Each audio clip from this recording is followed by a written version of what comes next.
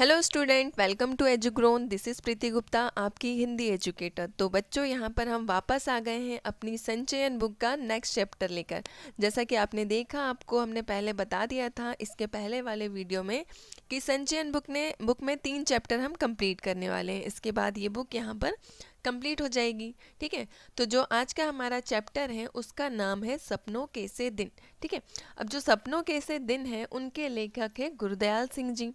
गुरदयाल सिंह जी के द्वारा ये चैप्टर लिखा गया है। तो इन्होंने बताया है कि सपनों के से दिन मतलब उन्होंने अपने बचपन के दिनों के बारे में हमें इस चैप्टर में बताया है कि बचपन में उनके स्कूल के दिन किस तरह से होते थे, वे अपने दोस्तों के साथ कैसे मस्ती करते थे, पढ़ाई लिखाई से उनका कैसा क्या संबंध था, ये सारा उन्होंने हमें इस चैप्टर में बताया है। तो चलिए बच्चों, शुरू करते हैं। सपनों के से दिन पाठ के लेखक गुरदयाल सिंह जी हैं, जिसमें लेखक ने अपने स्कूल के दिनों का वर्णन किया है। आपको हमने बताया कि उन्होंने अपने स्कूल के दिनों का इस चैप्टर में वर्णन किया है। ठीक है, अब देखते हैं।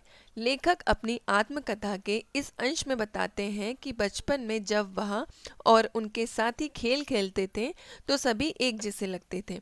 नंगे पाँव, फटी मैली सी कच्ची और टूटे बटनों वाले कई जगह से फटे उनके कुर्ते और बिखरे बाल। तो बच्चों, जैसा कि हम आपको पहले बता देते हैं कि ये जो चैप्टर है ये एक आत्मकथा है।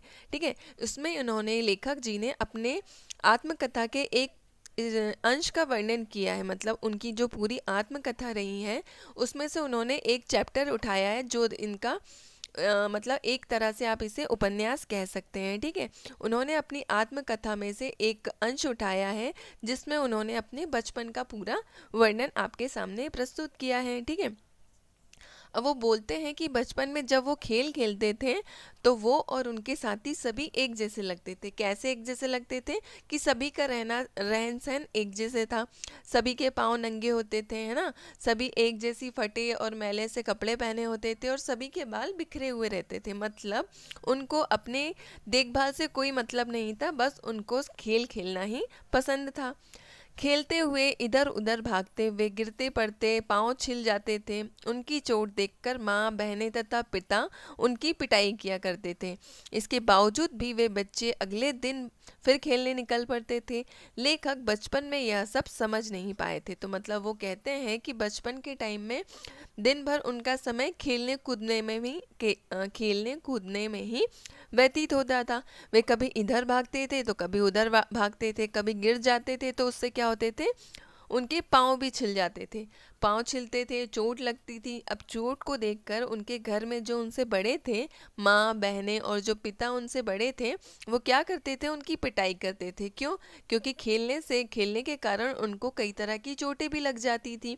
पर इसके बावजूद भी उनको खेलना इतना ज़्यादा पसंद था कि चोट लगने के बाद भी वे दूसरे दिन फिर से खेलने के लिए निकल जाते थे। तो बचपन में ये सब जो होता था, लेखक कभी बचपन में ये चीज़ों को समझ ही नहीं पाए। आगे कहते हैं, जब अध्यापक की ट्रेनिंग में उन्होंने बाल मनोविज्ञान विषय पढ़ा तब उन्हें यह बात समझ में आई। मतलब जब वो टीचिंग की ट्रेनिंग ले रहे थे तो उन्होंने अपना सब्जेक्ट था बाल मनोविज्ञान, तो उसमें उन्होंने पढ़ा तब उनको ये बात समझ में आई कि सभी बच्चों की आदतें मिलती जुलती थी। मतलब सभी बच्चे जो होते हैं उनकी आदत एक दूसरे से हमेशा मिलती थी। उनमें से अधिकतर स्कूल नहीं जाते थे या फिर पढ़ने में रुचि नहीं लेते थे। पढ़ाई का महत्व उन्हें समझ नहीं आता था। ठीक है, स्वयं माता पिता भी पढ़ाने में रुचि नहीं लेते थे। वे उन्हें पंडित घनश्याम दास से लठें पढ़वाकर हिसाब किताब सिखा देना आवश्यक समझते थे। लेखक के आधे से ज़्यादा साथी राजस्थान या हरियाणा से आकर मंडी में व्यापार या दुकानदारी करने आए व्यापारों में से परिवारों में से थे। मतलब लेखक यहाँ बताते हैं कि जब उन्होंने मनोविज्ञान पढ़ा तब उनको ये समझ में आई कि बच्चों की आदतें हमेशा एक दूसरे से मेल खाती हैं। अब वो कहते हैं कि उसमें से अधिकतर बच्चे स्कूल नहीं जाते थे।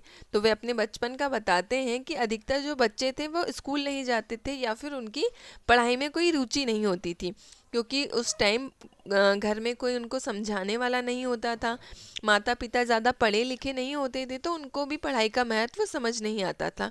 स्वयं माता पिता भी बच्चों को पढ़ाने में रुचि नहीं लेते थे। क्यों नहीं लेते थे? क्योंकि माता पिता भी ज़्यादा पढ़े लिखे नहीं होते थे, तो वे भी बच्चों को पढ़ाने में ज़्यादा रुचि नहीं लेते थे।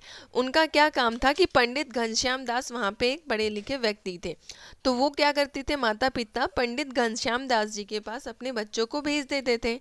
और पंडित घनश्याम दास जी बच्चों को लठों से मार के उनको हिसाब किताब करना सिखा देते थे। मतलब बच्चों को हिसाब किताब करना आ जाए, यही इतना काफ़ी होता था उस समय में। लेखक के आधे से ज़्यादा साथी कहाँ से थे, राजस्थान और हरियाणा से आकर मंडी में व्यापार या दुकानदारी करते थे। मतलब बच्चों के लिए हिसाब किताब करना क्यों ज़रूरी था, क्योंकि जो उनके ज़्यादातर साथी थे वो कहाँ से थे, राजस्थान और हरियाणा से थे।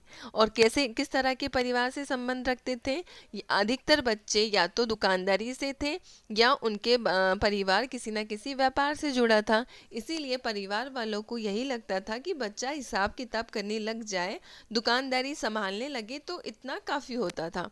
उनकी बोली कम समझ में आती थी। मतलब अब जैसे कि हम यहाँ एमपी के हैं, तो अगर कोई हमसे राजस्थानी में बात करेगा तो हमें वो चीज़ें ज़्यादा समझ में नहीं आएगी, या फिर कोई हरियाणवी में बोलेगा तो भी हमें समझ नहीं आएगी, है ना। तो क्या होता था, उनकी बोली उनको कम समझ आती थी। उनकी बोली पर हंसी भी आती थी, पर खेलते समय कभी कभी ये बोली समझ में आ जाती थी। मतलब कि जब हम जिस बोली को हम नहीं समझते हैं और सामने वाला आपसे वो बोली में बात करेगा तो आपको भी हंसी आएगी। पर होता क्या था कि डेली आप उन दोस्तों से मिल रहे हो, उन्हीं के साथ खेल रहे हो, तो आपको थोड़ी थोड़ी वो भाषा समझ में आने लगती है। ठीक है, आगे चलते हैं। बचपन में बच्चों को सब कुछ अच्छा लगता था। ठीक है, बचपन है, सारी चीज़ें अच्छी लगती थी, खेलना कूदना घूमना फिरना। उन्हें केवल स्कूल जाना अच्छा नहीं लगता था। मतलब उस टाइम बचपन का जो टाइम होता है उसमें क्या होता है, बच्चों को सारी चीज़ें अच्छी लगती है, खेलना कूदना, है ना। सिर्फ उन्हें क्या अच्छा नहीं लगता है, उन्हें स्कूल जाना ही नहीं पसंद होता है, बाकी सारी चीज़ें उन्हें अच्छी लगती है। लेखक को अपने स्कूल जाने का रास्ता याद था। उनके जिसके दोनों ओर कांटेदार झाड़ियाँ थीं। उनके पत्तों की महक नीम जैसी थी, जिसे लेखक आज भी अपनी सांसों में अनुभव करते हैं। स्कूल की क्यारियों में कई तरह के फूल लगे हुए थे, जिन्हें वे चपरासी की नज़र से बचाकर तोड़ लेते थे। अब लेखक बोलते हैं कि मतलब लेखक के स्कूल जाने का जो रास्ता था वो कैसा था, दोनों ओर कांटेदार झाड़ियाँ लगी होती थी, और जो झाड़ियों के जो पत्ते थे उनमें नीम जैसी महक आती थी, जो लेखक को आज भी याद है। मतलब जो नीम की जो महक आती थी उनको, वो आज भी याद है। अब होता क्या था, स्कूल की क्यारियों में कई तरह के फूल लगे होते हैं। आपके स्कूल में भी कई तरह के गार्डन होंगे जहाँ पर फूल लगे होंगे। पर होता क्या है, आपके स्कूल में भी फूल जो लगे हैं उनको तोड़ना मना होता है, क्योंकि वहाँ पे देखरेख कौन करता है, वहाँ के चपरासी उन फूलों की देखरेख करते हैं। तो फिर भी लेखक क्या करते थे, चपरासी की नज़र से बचकर उन फूलों को तोड़ ही लेते थे। ठीक है, आगे कहते हैं, नई कक्षा में जाना अच्छा लगता था, परंतु साथ में डर भी लगता था कि मास्टरों से पहले से अधिक मार पड़ेगी, है ना।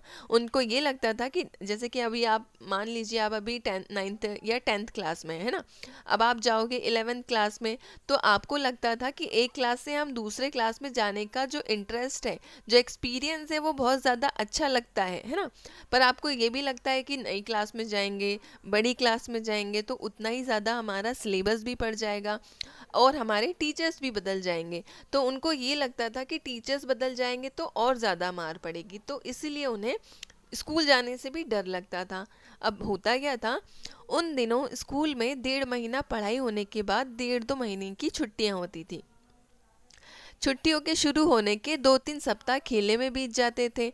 वे अपनी माँ के साथ नाना के घर जाकर छुट्टियों का भरपूर आनंद लेते थे। तो बच्चों, उन दिनों क्या होता था कि 1-1.5 महीना स्कूल लगते थे और 1-1.5 महीने की छुट्टियाँ हो जाती थी। जैसे कि 1 महीना स्कूल लगा, 1 महीना छुट्टी, 1 महीना स्कूल लगा, 1 महीना छुट्टी। तो इसमें होता क्या था, सारे बच्चे कहाँ चले जाते थे, अपनी माँ के साथ अपने नाना के घर चले जाते थे। ठीक है, और छुट्टियों का फुल एंजॉय करते थे। अब होता क्या था कि 1 महीना अगर स्कूल लगा है और 1 महीना छुट्टी है, तो इन छुट्टियों के लिए कुछ बहुत सारा वर्क दे दिया जाता था। तो बच्चे क्या करते थे, आधे से ज़्यादा समय तो खेल कूद में ही बिता देते थे, और जो बाकी का टाइम बचता था फिर उसमें जैसे तैसे अपना वर्क कंप्लीट करते थे। ठीक है, आगे चलते हैं। यदि किसी कारण नाना के घर नहीं जाते थे तो घर के पास बने तालाब में सारा दिन खेलते रहते थे। तालाब में नहाकर गीले बदन ही पास में पड़ी रेत में खेलते और फिर तालाब में कूद जाते थे। ऐसा वे एक बार नहीं न जाने कितनी बार करते थे। तो लेखक बताते हैं कि अगर किसी कारणवश वो नाना के घर नहीं जा पाए हैं तो क्या करते थे अपनी छुट्टियों में, उनके घर के पास एक तालाब होता था। ठीक है, घर के पास तालाब था जिसमें क्या करते थे, सारे बच्चे मिलकर दिन भर तालाब में ही खेलते रहते थे। तालाब में नहाकर गीले बदन ही पड़ी वहाँ पर जो तालाब के आसपास जो रेत होती है उसमें खेलते रहते थे। मतलब तालाब से नहा कर आए, रेत में खेले, फिर तालाब में नहाए, फिर रेत पर खेले। तो उनका पूरा टाइम क्या होता था, ये साइकिल चलता रहता था, नहाना है फिर खेलना है, नहाना है फिर खेलना है। ऐसे में ही क्या होता था, उनका पूरा समय निकल जाता था। ठीक है, ऐसा वे एक बार नहीं ना जाने कितनी बार करते थे। मतलब यही प्रोसेस वो दोहराते रहते थे।